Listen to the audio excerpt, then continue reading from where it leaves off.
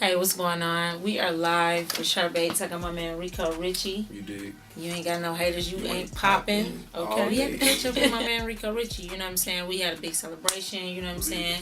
Just came home. You know, we got to catch up and see what he got going on.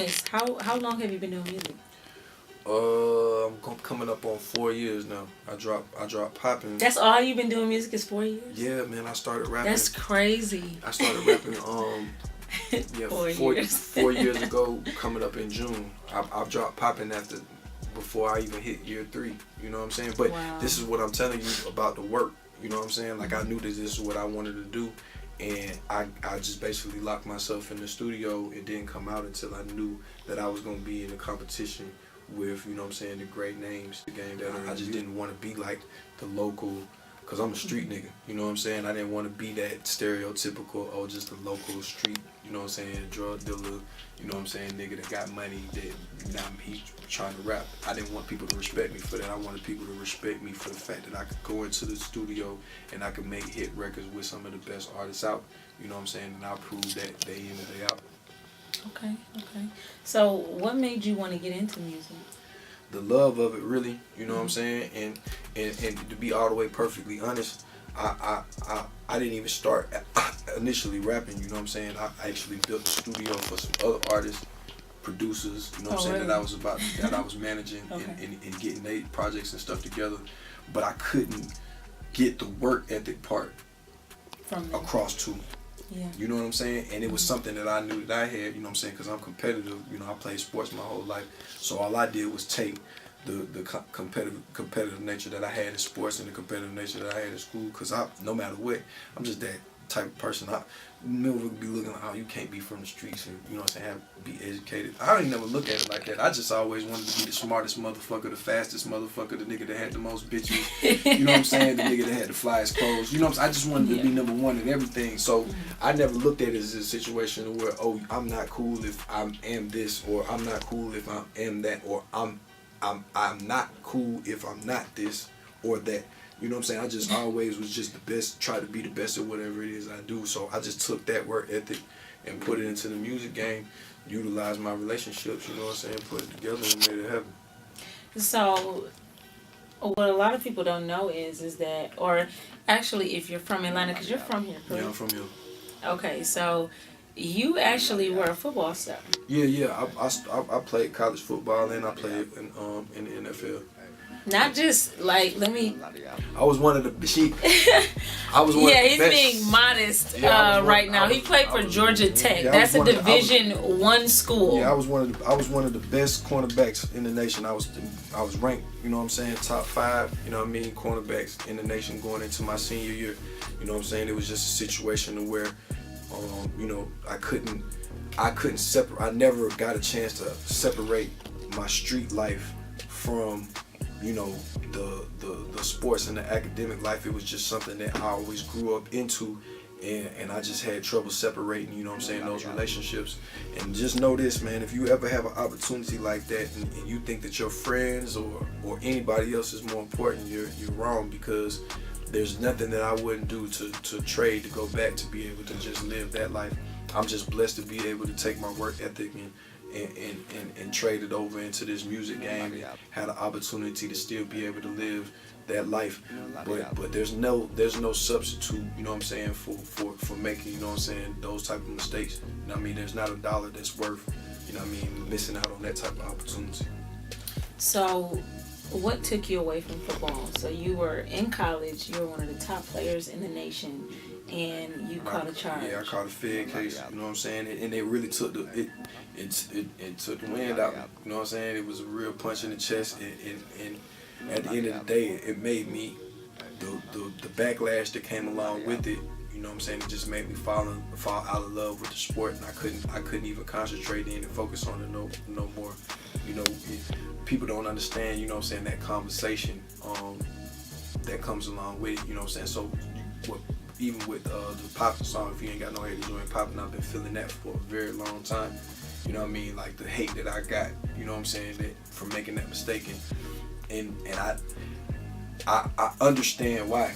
you know, I was young and it was hard for me to deal with, but I understand why, because it didn't make any sense. And I would encourage anybody that if you're in an opportunity like that, do not put yourself in that situation or make those kind of mistakes. But my reason for it is, you know, y'all don't know where I come from. You can't judge me. You don't know where I come from. You don't know what kind of life I live. You don't know what kind of responsibilities I have. You know what I'm saying? You don't know what I got to wake up and deal with on a daily basis.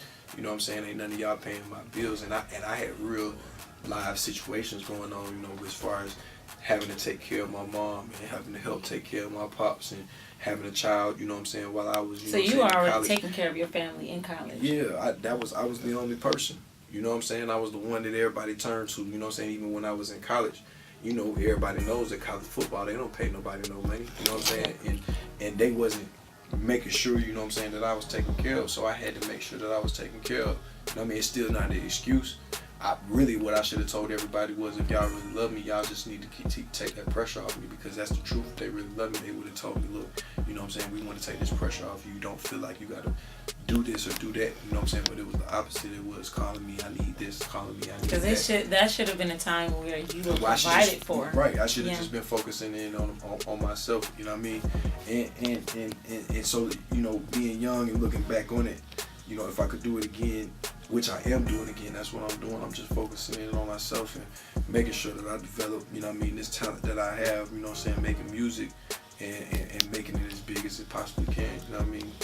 What I love about you is the fact that even though your football career was interrupted, you did a stint in jail, you still graduated. Yeah, graduated. Because I'm just one of them people, like, I finish. You know what I'm saying? That's dope. If I start something, I'm gonna finish. You know what I mean? It doesn't make any sense. You know what I'm saying? To me, it doesn't make any sense to start something up and then start something else up and then start something else up. You know what I'm saying? When you start building something, you know what I mean? Finish building that, then go to the next thing and build that before you start trying to build. You know, if you in the construction business and you done built your first house, that doesn't mean go build 10 more. Right behind it, build one more, and then build one more, and then build a building, and then build a shopping center, and then build a whole neighborhood. You know what I'm saying? If you motherfuckers be having so much ambition that they don't understand, you know, you can make a mistake on your second or third try. You know what I'm saying? Mastering something takes years. You know what I'm saying? To be able to master a craft in real life, it takes years. You know what I'm saying? That's why a lot of people are so surprised that I caught on to the music so fast, but a lot of people don't even understand it's so much more great music to come, because every time I get into the booth, I'm still getting better at that rate. You know what I'm saying? Like, I probably in the next 2 to 3 years, hopefully I'll be it'll be even crazier than what it is now. You know what I mean? But that's what I work for. Every time I go into the booth, you know what I mean? Every time I get into my zone and my element, you know what I mean? I want to make sure that I outdo the last thing that I did. So what's your favorite song that you've ever done? Man, it's a song that's gonna come out. I don't even want to say the name of it. I don't want to even tell anybody what it's about. I need you to give me some tea. Don't be holding. I can't do it because I don't want nobody to take it away from me. But you just know that it's one of the strongest songs, you know what I'm saying, that I could ever put out, and I'm looking forward to putting it out sometime this year. I'm gonna make sure that when I am about to release it and put it out, I'm gonna give you an exclusive interview. Yeah, I better get some tea while you on here on Hype Magazine telling me that it's sweet and it got honey in it, and but I can't tell you where the tree at. Yeah, I can't do that, man. It's the Garden of Eden. I can't even know what the maple syrup is. I will tell you this though, right now, you know what I'm saying, I am pushing a new single called Too Lit. You know what I'm saying? It's on the other side of popping. You know what I'm saying? If you understand really the concept, if you ain't got no haters, you ain't popping. You know that if you ain't out there doing your job, if you ain't out there grinding every day to get it, and you ain't got people looking at you and telling you that you ain't shit and that what you doing ain't gonna work, then you're not doing enough, because you need haters, whether it's your motivation or whether it's your guideline to know whether or not what you're doing is being effective or not. You know what I'm saying? So we take that song, we take that platform, and we put it to the next level. You know what I'm saying? And that's Too Lit. You know what I mean? And that's where we at right now with it. Like, no matter what's going on, Shar, you do interviews, you do your magazine, you be too lit at it. You know what I'm saying? If you build houses, be too lit at it. You know what I'm saying? If you a plumber, nigga, be too lit at it. It's not always about, you know what I mean, the shiny part of it, as far as the jewelry and the bottles and the bad bitches, which is the celebration part of it. You know what I'm saying? Because it is important to have those times that you do celebrate your hard work and you do celebrate your success, but everybody has their modes and their levels of doing it. You can do it at the bar taking shots with your homeboys, or you could be at the bar taking shots with a pretty lady, you know what I'm saying? They don't have to be in no section full of whatever and all that. You know what I mean? Just make sure that no matter what you do, you are who you are. You be yourself and you be turned up and be too lit, man. Go download that now, man. Too lit. If you didn't download Poppin', go download Poppin' 2. Realest Story Ever Told Volume 1, Realest Story Ever Told Volume 2. Follow me on Instagram and Twitter, Real Rico Richie. And on Snapchat, that's my new shit. We are not done. Snapchat. Look, he didn't give an outro. Snapchat, me that. Rico Richie 1000. So Snapchat me that pussy. Ooh. Don't Snapchat him that pussy because we ain't got that part yet. And if that shit look good, FaceTime me that pussy if it's cool. No, he's no good. Anyway, so. I be catching bodies though in real life. What do you feel like separates you from other people in the game? Like, what do you feel like is like your recipe? Hard work. I'm a real animal, man. Niggas don't even understand that, man. I'm a real beast. Like, you got to think about it, like of position, especially playing cornerback. Y'all got to understand. Calvin Johnson was the receiver that I guarded every day. Megatron. You understand what I'm saying? It takes a different kind of work ethic to wake up every day and go out on that field every day and say to yourself, I'm finna shut Megatron down. You know what I mean? So that's the same. Everybody's Megatron to me in the rap game. You know what I'm saying? I don't shy away from nothing. I'm not ever going to sit here and say I know who the great rappers are, but I'm not going to never sit here and say that I can't be just as good or better than the greatest rappers. You know what I'm saying? That's what I do. I'm coming for you. I wake up every day to put myself in a position, you know, getting that booth ain't nothing but practice. I'm just getting myself ready for the game. You know what I'm saying? Because it's going to happen. As long as you keep on working at something and you keep on going hard and don't let nobody knock you off your focus, eventually it's going to happen. It might not happen the way that you want it to happen, yes, but there's going to be a chance that it's going to happen the way that you want it to happen. But no matter what, it's going to happen. Something that I want to make sure that we clear up, because one of my friends asked about this. Some places were trying to say that you went to prison. You did not go to prison. You were in jail, correct? No, I was in prison just now. How long were you in for? A little over 5 months, like almost 6 months. Oh, you were in a prison penitentiary. Yeah, I was in prison. Okay. You know what I'm saying? I don't. You know, that's the reason why I can't talk about it that much, because, you know, right now, you know, I'm in a situation where I'm answering to the case that they picked me up for. I was on probation when they picked me up. They sent me to prison on violation of probation for a case that I already was on. Oh, wow. You see what I'm saying? So they pretty much just tried to add more to it. I did the time for that case. Now I have to answer to the new case. You see what I'm saying? So that's the catch-22 of the whole situation. I mean, that's why, you feel me, when I'm, you know, moving around and just be a little bit different. You're making sure that you get do as much work as you can. Yeah, man, because one thing about it, like, and I preach this, you know what I'm saying, with all of my heart, you know what I mean, you really only live one time, you know what I'm saying. I came home to, you know what I'm saying, 3 very close people of mine, you know what I'm saying, niggas that, you know what I'm saying, will kill and die for me. You know what I'm saying? You know, being taken away from me, you know, being killed. You know what I'm saying? The way that they were shot down and killed. You know what I mean? But it comes along with the game. You know what I mean? It's what comes along with the streets. You feel me? But it's important to know that you could wake up and it all be gone. Cause I wasn't planning on waking up, you know what I'm saying, in the feds, you know what I'm saying, busting, drawing down on me and telling me, you know what I'm saying, oh, it's time for you to go. You know what I mean? I didn't want, in the height of, you know what I'm saying, popping the whole world. I was just about to say, like, you had one of the top songs in the country when that happened. I was in prison listening to it on the radio, sick. Everybody run around and like, nigga, this ain't your song, this ain't your song. They don't even know that it's my song. I'm a lying ass nigga. You know, prison full of a whole bunch of liars. But I'm a lying ass nigga because it's my first song and don't really know that many people got a chance to really know who I was. But it was a few people in there that knew, like, oh, that's Rico Richie. You know what I'm saying?